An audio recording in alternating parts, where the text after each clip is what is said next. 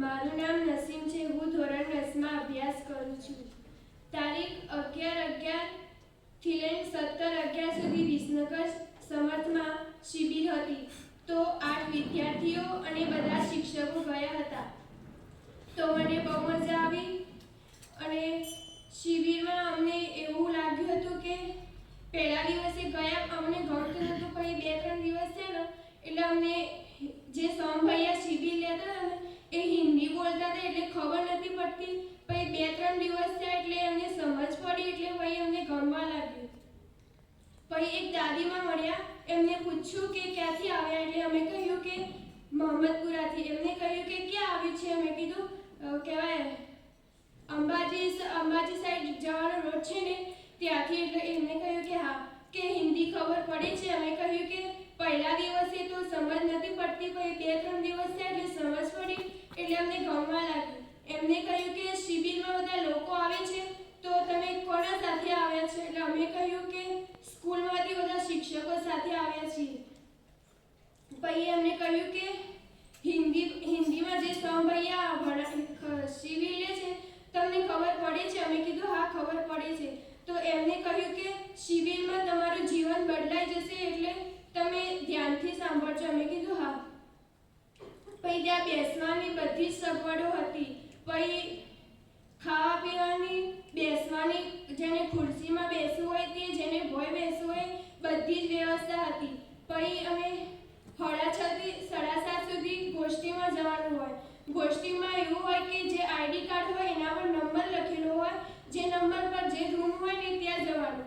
તે અમે 3 છોકરીઓ અને બીજા લોકો હતા. તો ત્યાં ગોષ્ઠીમાં જે સાહેબ હતા દિલ્હીના એમને અમને પહેલાં કહ્યું કે તમને જે ખબર પડી હોય ને તે કહો. તે એમને કહ્યું કે તમને હિન્દી ના આવડે તો ગુજરાતીમાં કહો. એટલે અમે કહ્યું ના, અમે હિન્દી બોલવાનો પ્રયત્ન કરીએ, અમને હિન્દી આવડે છે. તો તેમને કહ્યું કે સારું. પછી એક દાદીમાં બોલ્યા સંસ્કૃતમાં. તો જે દિલ્હીના સાહેબ હતા એમને ખબર નથી પડતી કે આ દાદીમાં શું બોલ્યા. પછી એમની છોકરી હતી, એમને કહ્યું કે આ દાદીમાં સંસ્કૃતમાં બોલ્યા, હું એનું હિન્દી કરી આપું. તો એ દાદીમાનો વારો પૂરો થયો. પછી બાજુમાં એક દાદીમાં બેસા હતા, એ મરાઠી બોલતા હતા. તો જે દિલ્હીના સાહેબ હતા એમને પણ ખબર નથી પડતી કે આ દાદીમાં શું બોલ્યા. તો પેલી છોકરી કહ્યું કે દાદીમાં મરાઠીમાં બોલ્યા, હું એનું હિન્દી કરી આપું. પછી અમારો વારો આવ્યો એટલે અમને કહ્યું કે તમને હિન્દી બોલતા ના આવડે તો ગુજરાતીમાં બોલો, હું એનું હિન્દી કરી આપીશ. અમે કહ્યું કે ના, અમને હિન્દી આવડે છે. તો કહ્યું કે બોલો કે હિન્દીમાં તમને શું ખબર પડી. તો અમે 3 છોકરીઓ હતી, અમને જે સમજ પડી એ કહ્યું અને જે ખબર નથી પડતી એ પણ પ્રશ્નનું સોલ્યુશન થઈ ગયું. પછી એ જે દિલ્હીના સાહેબ હતા એમને કહ્યું કે આ 3 છોકરીઓ માટે જોરદાર તાળીઓ પાડો. તો અમે કહ્યું કે કેમ તાળીઓ પડાવડાવી? એમને કહ્યું કે તમને હિન્દી તો નથી આવડતું પણ તો હિન્દી બોલવાનો પ્રયત્ન કર્યો એથી. પછી અમને એ વાતની ખુશી આજે પણ છે. પછી શિબિરમાં અમે જતા તો અમને હું સમજ પડી એ વાત રજૂ કરું છું. सदुपयोग ही सुख है और दुरुपयोग ही दुख है. सदुपयोगी सुख है. પાણીનું એક્ઝામ્પલ લઈએ.